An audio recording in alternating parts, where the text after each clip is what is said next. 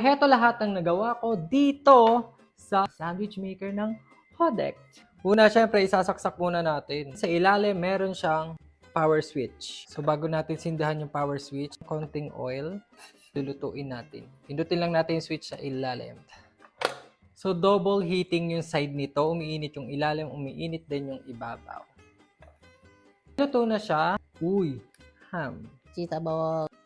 Loaf. Cover it. And then turn it on. Kusang mamamatay yung ilaw niya. Look!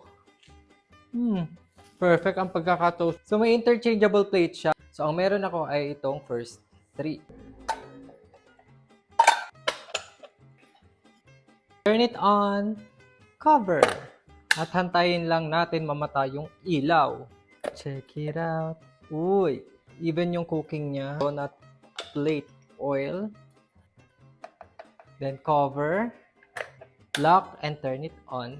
Hayaan lang natin mamatay yung ilaw. Bulaga!